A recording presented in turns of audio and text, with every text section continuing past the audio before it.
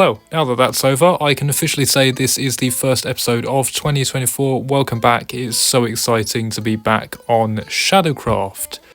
Now, kind of getting straight into things, that view is lovely, by the way. When I started the challenge of the farms, I actually made a legally binding document. I solemnly declare that by the degree of one shadow jade dragon, to swear that I will uphold the promise of a colossal challenge, by which one must create thy farm in order to gaineth thou item and block, each and every. By the time upon which such task is completed, uphold such a promise for updates which are yet to come. What?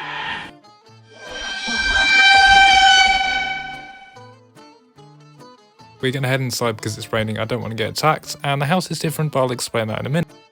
Now, while we're here in the house, you may notice that everything is slightly darker, shattered. You could almost say corrupted. And if you want to know why, you really need to watch the Solstice episode, which explains pretty much everything up to a certain point, and is an existing storyline that's still being, well, written, but also unwritten. But anyway, in terms of the farms and jumping right back in, a while ago I built a honey/bee farm on a stream, and it turns out it doesn't actually work, so I'm going to design one myself and then go and build it in the end or the nether, because bees actually don't sleep there, which is super helpful, which means they work all the time. I've actually designed one already, which is super efficient and easy to build. It's not highly resourceful, but I will need to breed up quite a lot of bees, which is why I'm going to use a technique that I don't know how many people know about, but essentially you grow any sapling, I think it's a birch, an oak, or an acacia, next to a flower, and you bone meal it, and there's a chance that you will grow a bee nest on the side of that tree with bees in it, which you can then breed up and then spread and make beehives and spread into like a bee colony. But I am running pretty low on wood, so I'm probably going to head over to the farms island and grab some. And then I probably also need to go to the flowers biome as well, just to grab some flowers to breed up the bees and also make the actual bee nests, because I don't have a whole load in the chests here. Actually, yeah, a quick pit stop on the way. So this thing here, you may be wondering what it is. And if you were around when I built the Kids in Need sort of icon thing with the Pudsey Bear, I actually have to build an infinity room floor, and this is what I used to make that map. It's all snow that I built with the snow farm I had back in the base, which took absolutely ages, but it was worth it, and now I can create pretty much white maps. And I do actually want to do some map art in the future. That is a lovely view, by the way. That could be a thumbnail. But anyway, more to the task at hand. Right, let's go.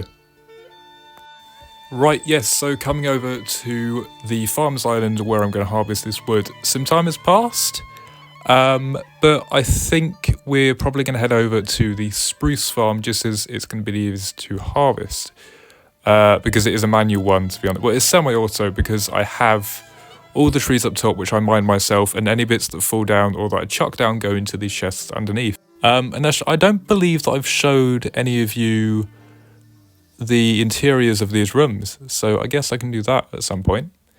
But this is going to be another jump cut or another time lapse, because I need to gather all of this really fast for you guys, but for me it's going to take a little while longer.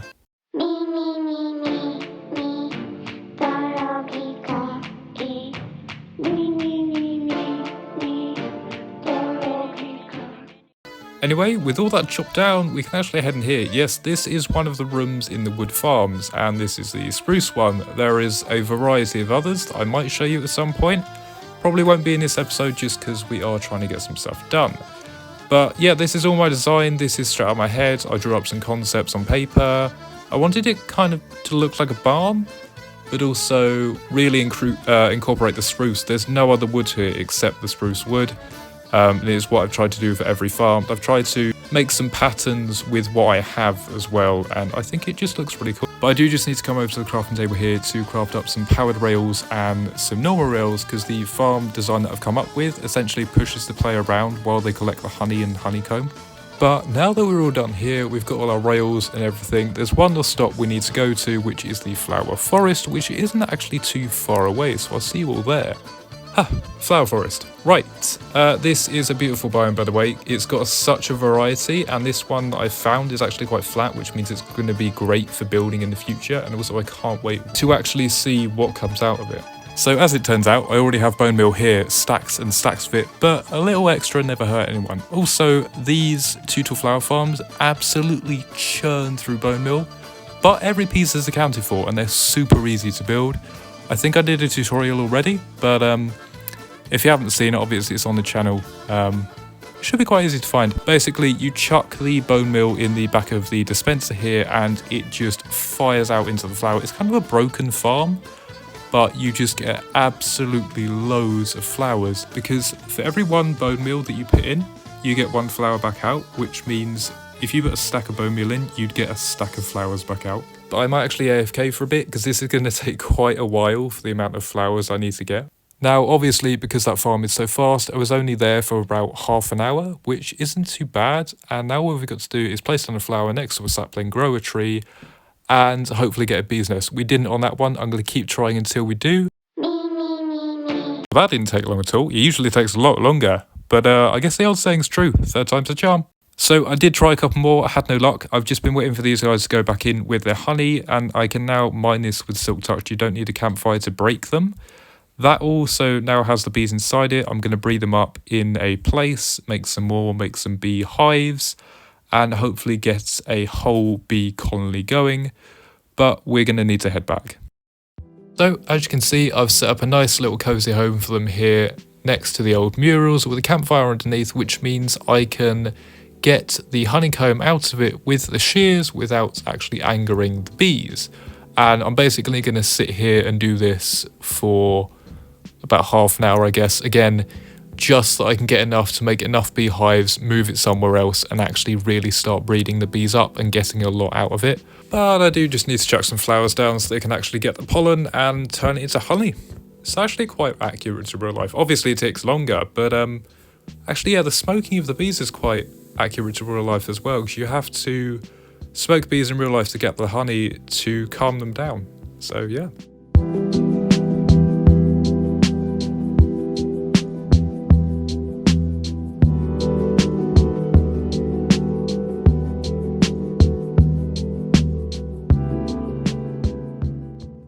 So that's the first pot of honey now done. I've just basically sheared off the honeycomb, which you can then use with wood to turn into beehives, which is what I'm basically going to do over and over and over again.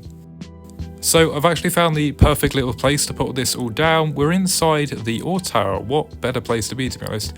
I put some flowers down up there so they can access them to get the pollen and then turn it into honey. And basically I'm just going to chuck a couple more down every now and then once I breed the bees up and grow the babies up with the flower. And fun fact, the babies can actually grab pollen themselves and turn it into honey, which makes production a whole lot better. And I'll basically update you every now and then just to see where we are. So after 5 to 10 minutes, I put a load more flowers in and I've managed to get one more beehive. And this is about 2 hours and a half. Obviously, the more you build up, the faster the honey gets produced, which means I can make more and more beehives. I don't know exactly how many are here, but basically I'm going to wait till night time until they're all in their places, mine them all away, and then transfer them to the end or the nether. I haven't really decided where I'm going to build the farm. Right, it's night time now, which means I can finally move all the bees. I believe there is 3 in each one, so we have actually got quite a lot here. And you want to mine them with silk touch, otherwise you're going to get a lot of angry bees on you, which is never a good thing.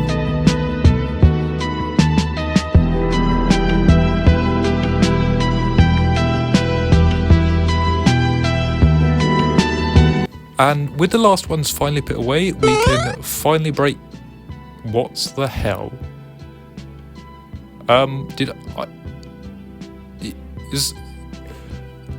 Is that happened to other people? I'm a bit confused about that. We are going to head inside because I don't want to get attacked and lose all my stuff, but what? I just phased through the block.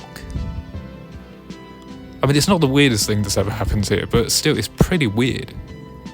Anyway, we're gonna hop into bed.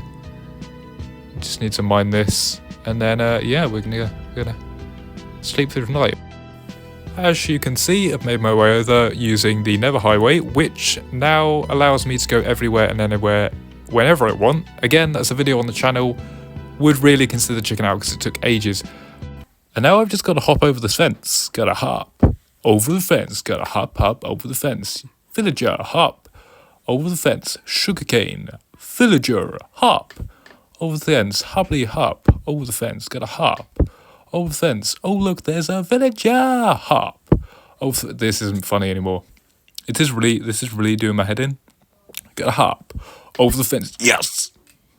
I've got to hop. Heavily hop over the fence. There's a villager! There should also be a hole around here somewhere leading down to the end portal. I think it goes directly down. Unless I might be imagining it because I can't find it anywhere. Was it? No, it wasn't under there. I built it down by this. I think I might have just been imagining it. No, actually, no, you know what? I did build a hole, but it was inside the farm, so I've got to hop over the fence. Got to hop over the fence. Yeah. Here we go. Yep, this is the way down. I'll meet you down there, but we're basically going to go to the end and build a bee farm. And I've actually always got a bed here in case I die in the end and I need to get back quickly. It's something you really should do because it is so helpful, especially when you're fighting the Ender Dragon. Right, so I've been here for a while just trying to get pearls. Yes, right.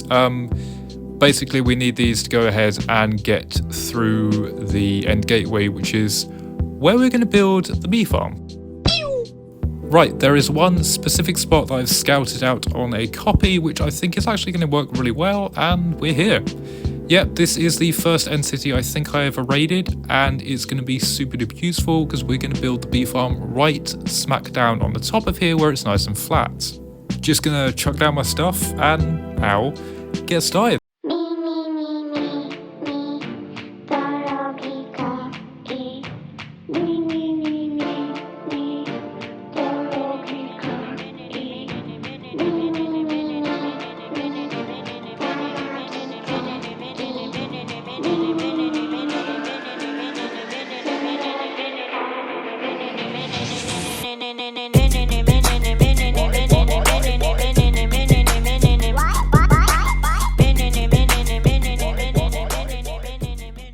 But now that that's all done, there's actually just one more thing we need to do, which is chuck in the minecart, which is going to allow us to move around the farm and grab all our honeycomb and deer honey. Yep, it's just that simple, and this is what I meant by these semi-auto designs. So obviously, some drops do fall out the back, which is why I might eventually put hoppers in at some point to go into a chest.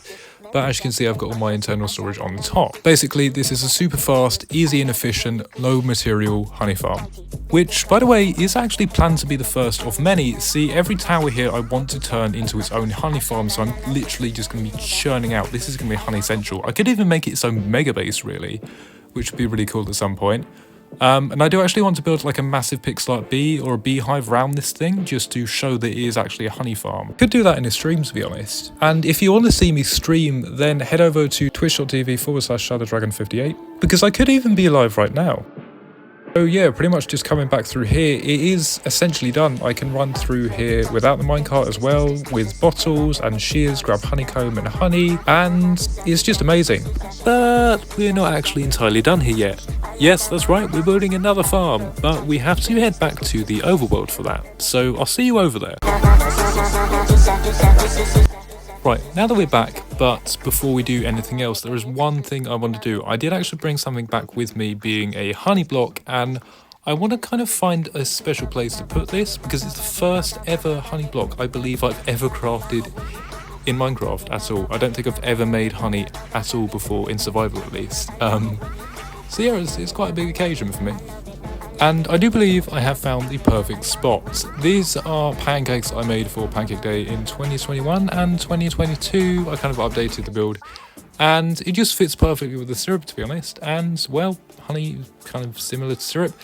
But yeah, I think this is the right place for it. And I'm really, really happy. But now we must move on to the second pièce de la résistance. Just after a short honey break.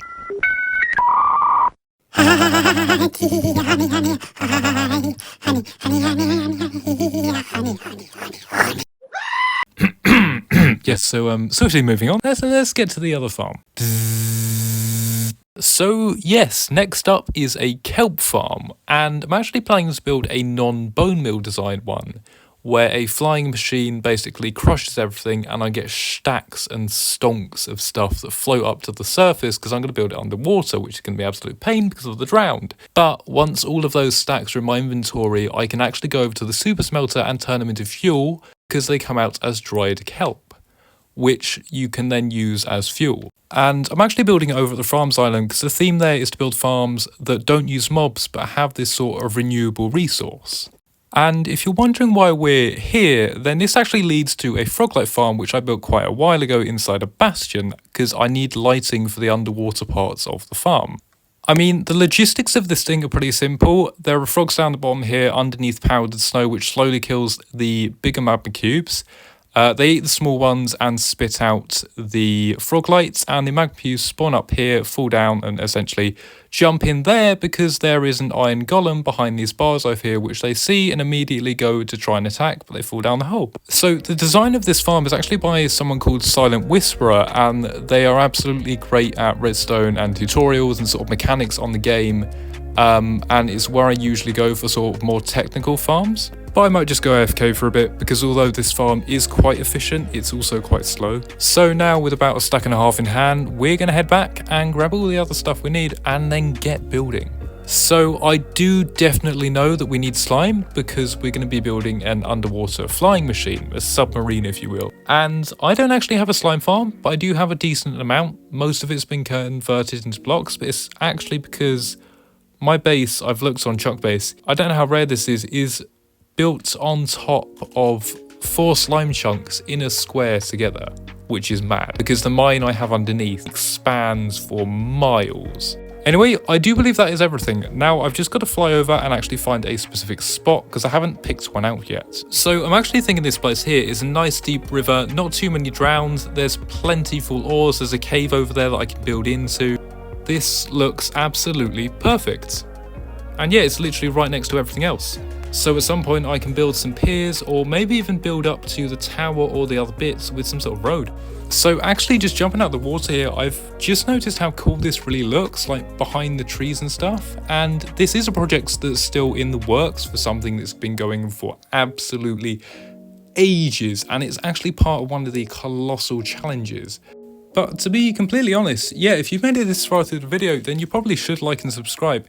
You won't miss out on any future content, and it's also amazing motivation and support for me to keep going, to keep doing stuff, to go bigger and better every time. And it just really shows that you like the content. And one of the other things I absolutely love is feedback, comments, sort of constructive criticism. What do you want to see next? What could I do better? What did you really like about the video? And to be honest, we're on the road to 500 subs, so that would be absolutely amazing. But finally getting to work, I did actually make some water breathing potions in there. It's just like a little place I can go when I need to breathe if they run out and actually get more. I've actually just got to keep watching out for drowns as well. But I basically got to go all the way across this thing. It's 40 by 13 and put light blocks just all the way down the middle.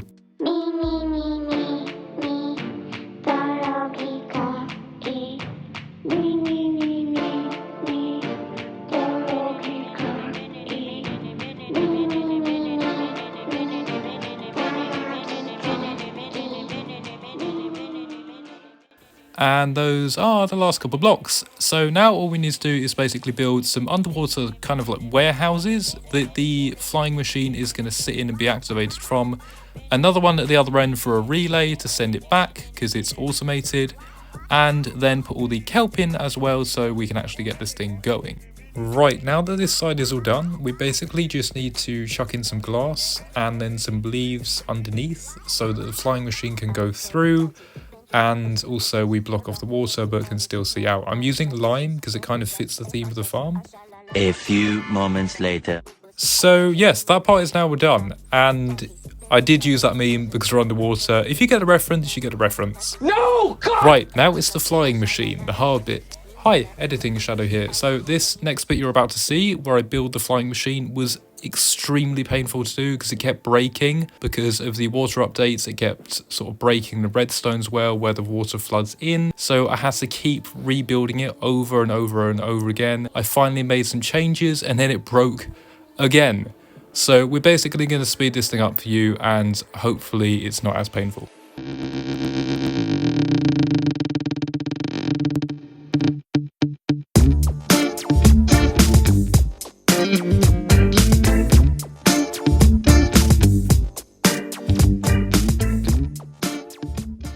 And now that I've finally got this thing working, built it over 5 times, I'm really hoping it works, because otherwise this is gonna be me. So I thought I might come up here to get a bit of a better view now that the actual farm's done, and I've gotta say it does look pretty damn cool. And like the bee farm in the end, this is probably only going to be the first of many. I mean, kind of the only reason I really need to build more is if I really needed some sort of fuel source, or if I was doing like green gradients and actually using kelp as some sort of building block, because it actually looks quite good as like a stack of money. So I did actually tell a tiny lie, as where I've been going off track, I've actually been collecting kelp, as you can see, which I'm going to plant in the farm and let grow, let the flying machine go right across, we're going to harvest it all and get stonks and stonks of it. I am also just realising I've never really shot this angle in the water before, and it honestly looks quite cool. Could make some pretty good thumbnails and artworks if I use them for reference. It also kind of reminds me of that scene from The Meg where they're just swimming through the water with their mouths open, kind of like sucking everything in. And also that begs the question, when I'm picking it up, is it going in my mouth? Like where is storage? Because you don't carry around a backpack. Do you just like... Is it like inside... You know what, I could make a video game character physiology theory video. I mean, I've done ones in the past where I've done like Minecraft's inventions theory, and I've actually got a bunch more lined up at some point. But yeah, I think definitely physiology of character in video games would be a really cool concept. Anyway, now jumping back to the task at hand, we're going to go ahead and plant all this kelp in a nice, neat time lapse, just because, I mean, why the hell not?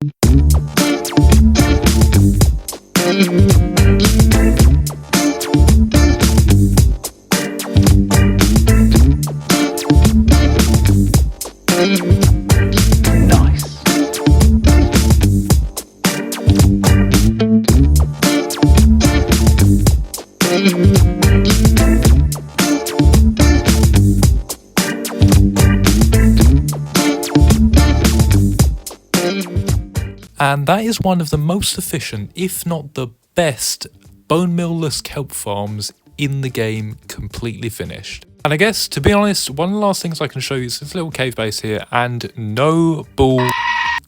This is genuinely how much you get from this farm. It is absolutely mad. It's kind of broken and it goes back and forth. And to be honest, I don't have a collection system. I kind of just go out on a boat and collect everything. And I do also have, funnily enough, a lever set up in the cave that you can turn on the farm with, which is super duper helpful. So for some insanely odd reason, the game did decide to crash when I turned it on. I've just managed to turn it off just now, and all of the stuff is now on the surface, and this is only going to add to the lag that already engulfs the island because of the mass amount of farms and drops and villages. It's going to add a whole lot to it, and it adds a whole new personality because we actually now have a water-based farm, which is amazing. And again, just going through here with my boat, picking up all this kelp. Probably gonna have to do like 2 or 3 runs just because there is so much, and then at some point I can smelt it down into fuel. And once again, if you're loving the video and liking the content, then please do like and subscribe. Now, in terms of the way that the redstone works for this lever to actually access the farm, it's one of the oldest techniques in the game for moving parts, which is essentially sticky pistons, slime blocks, and redstone blocks on the end that then get pushed into other pistons, which activate pistons, which activate pistons, which activate pistons, which activate pistons, which activate pistons, which activate pistons, which activate your farms. Can someone put a beat under that and remix it? I feel like that would sound quite cool. But kind of rounding stuff up here, there's not really too much left to do today, except possibly one thing.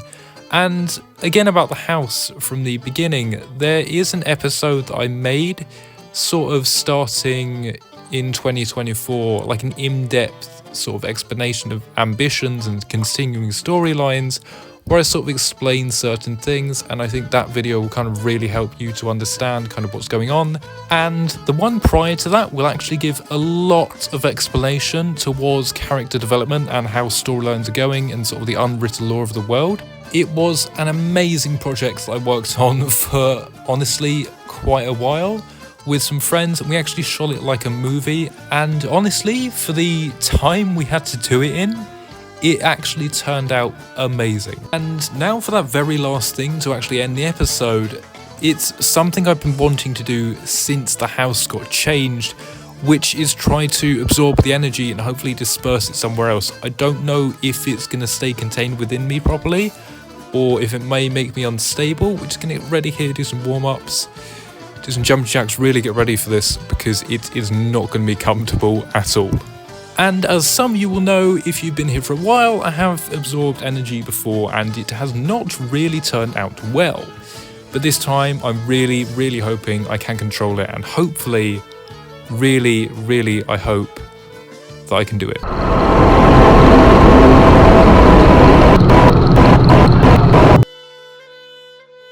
Wait, what? No, it didn't work. Oh no, this is bad. I am actually kind of afraid to step outside now, because what if it's spread? What if it spread further? Also, something feels off. Something doesn't feel right. Yeah, I'm really terrified to step outside. I can't see any changes, but yes, still don't fancy my chances, and I possibly might wait till next time probably to do that, just because I don't physically know what is manifesting out. What? Why do I have hair? What? Why have I got hair? I've got hair. Oh no, I haven't got an eyes and a mouth. Oh, thank God. Oh, I got really scared there for a second. I thought I had an eyes for a mouth. I thought I had eyes and a mouth. That got me really scared for a second. Thank God I don't. I do have this. What's this black thing on my neck? My t-shirt's still here. My crystals were still here, but I've had them since the first accident. But the hair, that's new. Where's my goo? All my goo's gone. Oh yeah, all my goo's gone. Where? Oh no. Oh, that's not. I wonder if rather than dispersing the energy, I've dispersed the energy within myself, only making things worse. And I fear there is darker things to come. No! God, please, no! No! What should we go for? I mean, it is a new year after all, so let's try something different. No, yeah, I'm gonna actually, you know what, I think I'm confident with this one. Yeah, so something I've been wanting to do since the start of 2024 is get a new skin, and it's something I want to do every year from now on. There is a way to do it, you can get custom ones, but I've actually decided to fall back on vanilla, because I did end up designing a custom one, but it didn't really work out. So we're going to try and use vanilla features. I've also found out how to transfer mine coins now, as well as you can actually buy stuff in the store, which is terrific because there's some parts that are really going to fit the character as it develops throughout the year and onwards. As you can see, I have hair now, which is quite strange. I've never had hair on any of my avatars. It's really, really weird. But everything else is pretty much the same, except all my goo is gone as well. Once again, if you want to catch me live, head over to twitch.tv/shadowdragon58. I could even be live right now. Also, don't forget to check out my socials for exclusive stuff that you probably won't see on the channel. See ya!